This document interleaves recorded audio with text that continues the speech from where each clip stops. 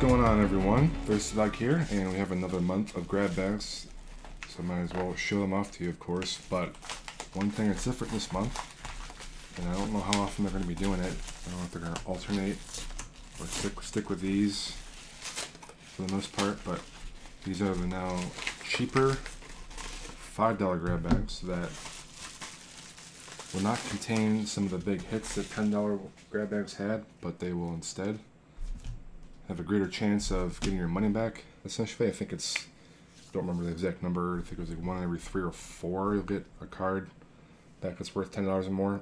But also keep in mind, those numbers are based on, I think, like TCG median, so they're not going to be like what you can get back technically, or about what like stores like Derium could sell them for probably, but that's not likely what you'll get. But not that big of a deal. Still a better chance of getting stuff back in value, and just cheaper up front, so that's kind of cool. Although, of course, getting a big hit, as I was able to get one, was pretty awesome, but this is also a pretty cool idea. So, I don't know what the order is, so it looks like the rare was in the back. Yeah, so let's go from this order. For Watcher Sliver, a Rolling Thunder, Naturalize, Moon Mist, and our rare is an Aganjo Castle. So tap to add 1 white, it's a legendary land. You also tap and pay 1 white to prevent the next 2 damage that would be dealt to target legendary creature this turn.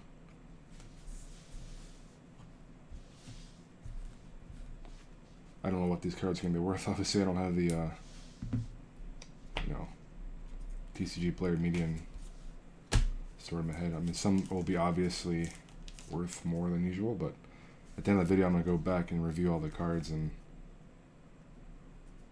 see what we can get as far as what the value might be. I think that's the rare. Kind of saw what it was already, but we have a God Toucher, Nightbird's Clutches, Demolish, an Orm's Prayer. I believe this was a foil full art land. Or no, a Zendikar land. I have a feeling that one's worth a decent amount. Really cool looking, as all full art lands are, but this one's also foil. That's cool.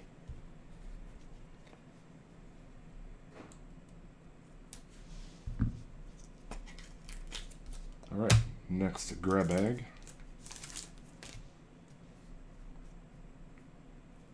Let's try to not reveal that one. Guardian of Meletis, Heckling Fiends, a Charging Badger, Unsummon, and the rare is a foil Relic Seeker. It's a rare from Origins. 1 in white, 2/2 Human Soldier, has Renown 1, and when it becomes Renowned, you may search your library for an equipment card, reveal it, and put it in your hand, and then shuffle your library. Foil rare is cool.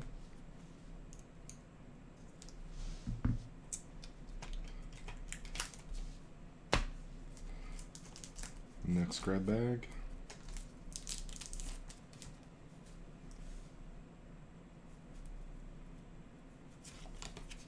Ordering is confusing.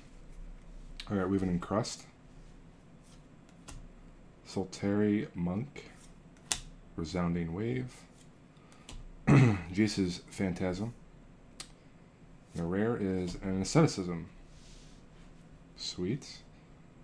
I think this is one of the ones they call, I honestly don't know, but I believe this qualifies as above $10. 3 and 2 green. Enchantment. Creatures you control can't be the targets of spells or abilities your opponents control, and you can pay 1 and a green to regenerate a target creature. Alright, let's go into our 5th grab bag.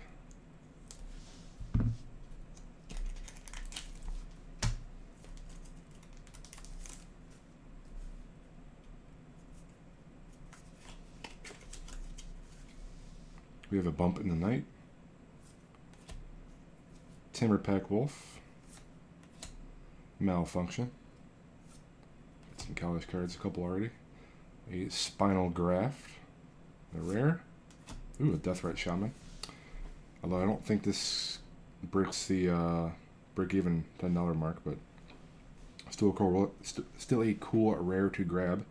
So a black or green, 1/2 Elf Shaman. Tap, exile target land from a graveyard and 1 mana of any color. Do mana pool. Or black and tap, exile target instant or sorcery, and you get, or opponent loses 2 life, and you could pay green and tap, exile target creature from a graveyard, and you gain 2 life. Of course, I'm sure most of you already knew all that.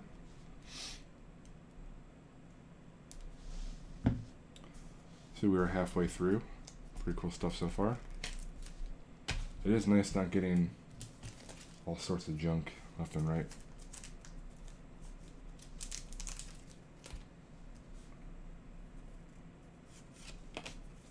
Looks like we have another foil land back there. The Kraken Hatchling, Sandstone Warrior, Volcanic Submersion, Divination, and this time it's a foil BFZ land to go with our foil, or foil planes to go with our foil Seneca Island.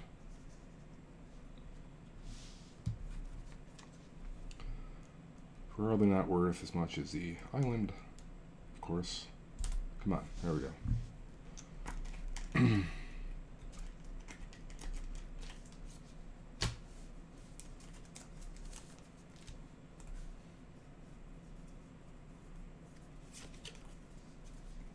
Alright, we have a Hapless Researcher, Rampant Growth, Obelisk of Jund, Mask of Avacyn, and our rare is a Vesuva. Okay. This comes into play and you choose a land. If you do, Vesuva comes into play tapped as a copy of a chosen land. That's sweet. I don't think I've ever pulled one of those. Although I haven't done a ton of time Spiral, so that would make sense.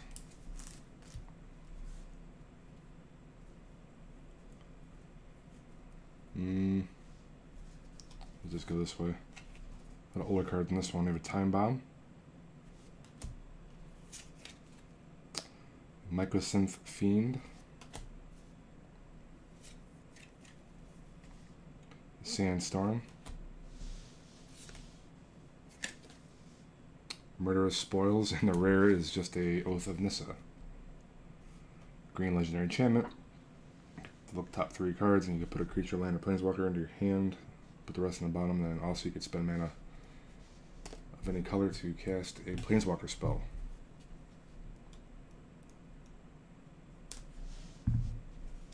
Kind of funny, a bunch of older cards as the bulk, and then we get an Oath of Nissa out of that one. Kind of weird.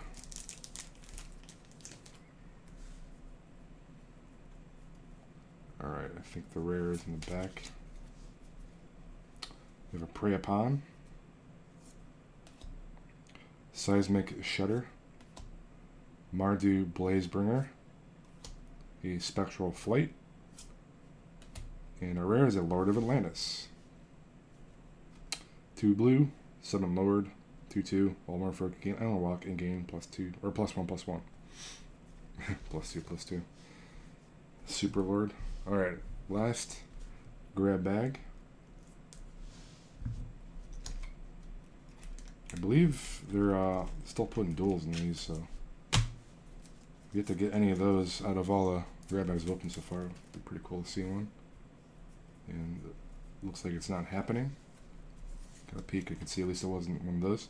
We have a Shaman of Spring, a Squallmonger, Darkslick Drake, Childhood Horror, and the rare is just a Vault of the Archangel, tap to add 1, or you can pay 2, a white and black, and tap to give creatures Death Touch and Lifelink until end of turn. Alright guys, I'm gonna go look up the values of these cards and give a brief rundown on what they're worth. Be right back. Alright, so took a look real quick at TCG Player, and all the prices I'm gonna name off here are the market price, since that's pretty much the only price we can work off of now. If you're not aware, they restructured most of the data they present to most users. I assume there's probably the same sort of back-end data you can get for people that run stores and whatnot, but I'm just going to use market price since it's kind of a rough, fairly accurate estimation, but some people don't like it. It's about the same as what you see what people selling it for. So anyways, let's go from lowest value to highest, and I broke it down from winners and losers, and I think I might have said earlier in the video that the breaking even point is $10, which is obviously wrong since these are now $5. So anything above $5 is on the left here, and anything below is on the right. So Relic Seeker, the foil version, that's only worth 76 cents. That's the big stinker of the pile of cards here. Everything else is not really bulk, but close to. The Vault of the Archangel was worth $214. Oath and Nissa was $244. The Full Art Planes from BFZ, which is also foil, is worth $336. And now I'm looking at it again. It looks kind of blurred. Check this out.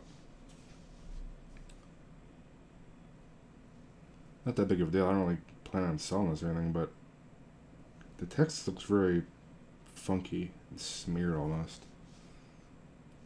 I wonder if that's how they all are, or I'm just crazy, or if that card's actually messed up.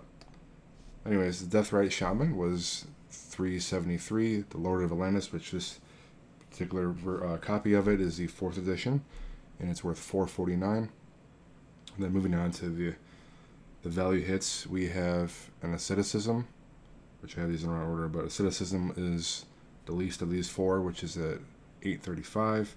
The Iganjo Castle is $917. And then the Vesuva is actually $1545, which is pretty cool. And then the big winner of the set, these set of cards, is the Full Art Island from Zendikar. I wouldn't have guessed this, but this is worth $26.50. I mean, it does look beautiful, but $26, that's nuts. I wonder if it's just because of low supply and no one really sells them. I don't know if you can actually get $26 for it, but that's what the market price said, so there you have it. All these cards added together added up to a total of $76.39, which, if you can do math, which sometimes I can't, sometimes I can, but right now I used a calculator to add that up, and of course that means we actually won over $26 worth on top of the value I paid for it. Now, that means I had a couple pretty big hits with the Vesuva and Island. They're not big hits, but pretty good value. Asceticism and Iganjo Castle were pretty good above value, but yeah, the Vesuva and the Island really helped. So overall, if you take into account what they said, I probably did better as far as the ratio. I think it was 1 in every 3. So 4 of them being winners.